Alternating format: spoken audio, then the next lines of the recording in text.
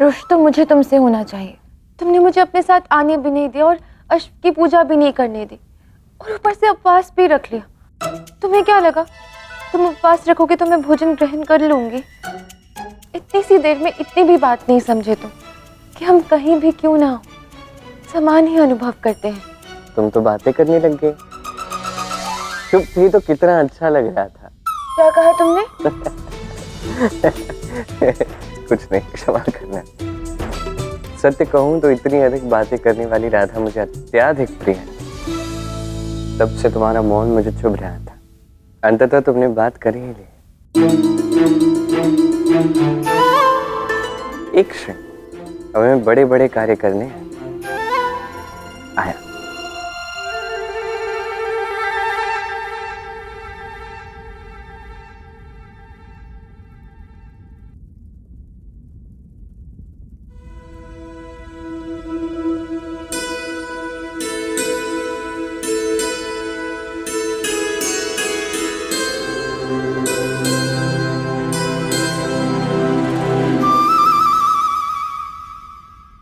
अब क्या हुआ? पहले तुम।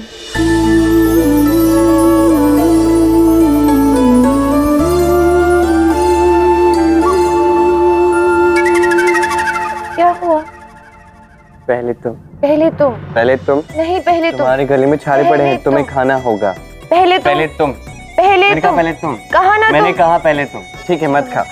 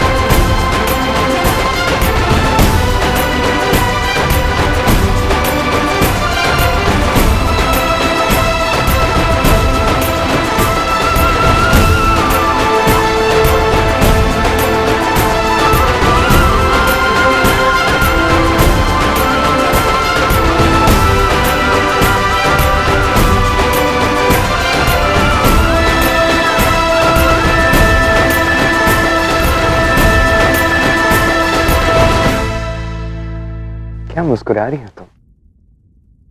इस मुस्कुराहट से स्मरण हुआ वो चयन प्रक्रिया कहां तक पहुंची है? वही तो दुविधा है कृष्ण, कुछ समझ में ही नहीं आ रहा। और ऊपर से आज अष्टधारियों से भेंट करने का अवसर भी नहीं मिला। और तुमने ही तो कहा था ना कि चयन मंशा वचना कर्मणा के बिना संभव नहीं है।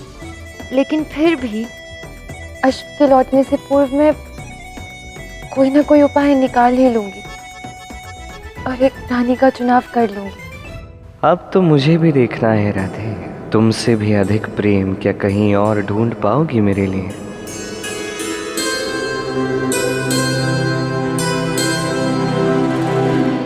अच्छा, तो अब मैं समझी कि कृष्ण आपसे मंदिर में क्या कहने आए थे। महादेव, ऐसा प्रेम तो अद्वितीय है, किंतु अब अश्वमेध यज्ञ होगा या नहीं, इसमें संशय है। देवी, उचित समय आने पर आपका ये संशय भी समाप्त हो जाएगा। महादेव, यूं हर बार समय पे मत छोड़ो। आप तो स्वयं महाकाल है, त्रिकाल है। मेरी जो जिज्ञासा है वो आप शांत कीजिए। कहिए महादेव, राधा कैसे करेगी ये चयन? ये संसार मुझे महाकाल के नाम से पुकारता है, क्योंकि काल चक्र का महा उत्तरदायित्व है मुझ पर। मैं ही त्रिकाल भी, क्योंकि काल की गति का रक्षक भी मैं हूं। और जिस पर इस प्रकार के उत्तरदायित्व हो, वो समय की गति में झांक कर काल गति रोकने का प्रयत्न नहीं कर सकता।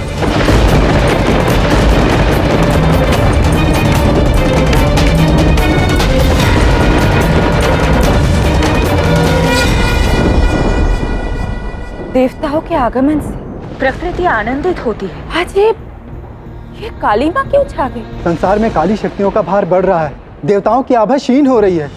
यदि श्री कृष्ण ने शीघ्र ही अश्वमेध यज्ञ आरंभ नहीं किया तो समस्त देवतागण अपनी शक्ति खो बैठेंगे।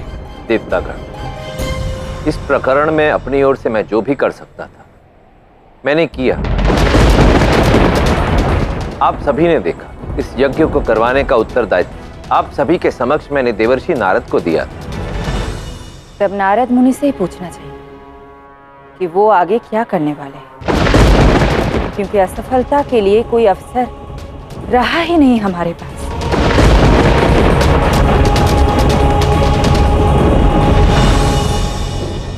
देवर्षि नारद प्रकट।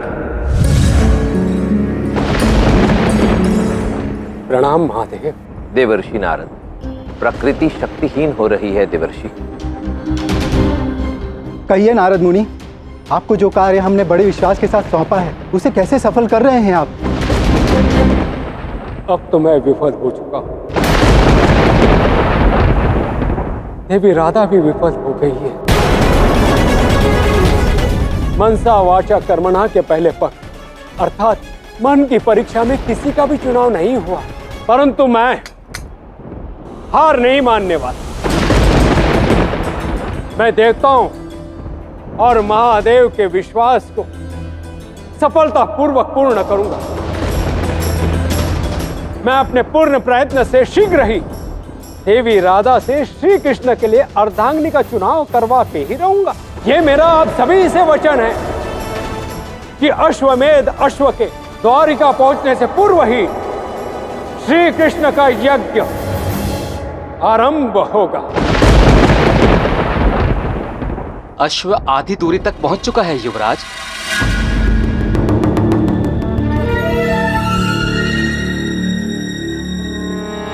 देखा माता, अश्व तो आधी दूरी तक पहुंच भी गया है, परंतु राधा ने अब तक भी आप में से किसी का चयन नहीं किया है।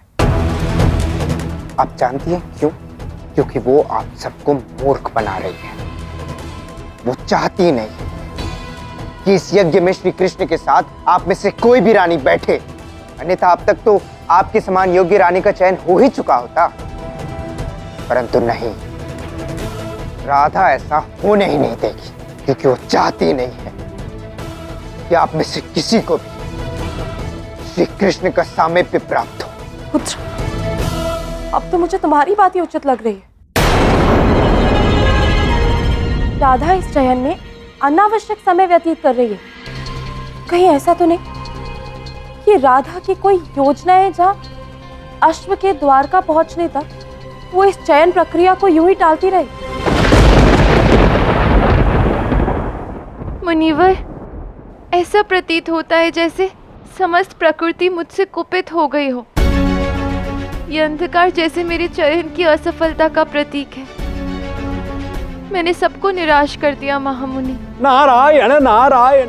देवी राधा, आप तो स्वयं को ही दोषी समझ रही हैं। सफलता प्राप्त करने के लिए धैर्यपूर्वक आप प्रयास कीजिए, और मुझे पूर्ण विश्वास है देवी राधा कि आपको इस कार्य में अवश्य ही सफलता प्राप्त होगी। किंतु महामुनि, मैं मन के मापदंड पर कैसे परख कर सकती हूँ?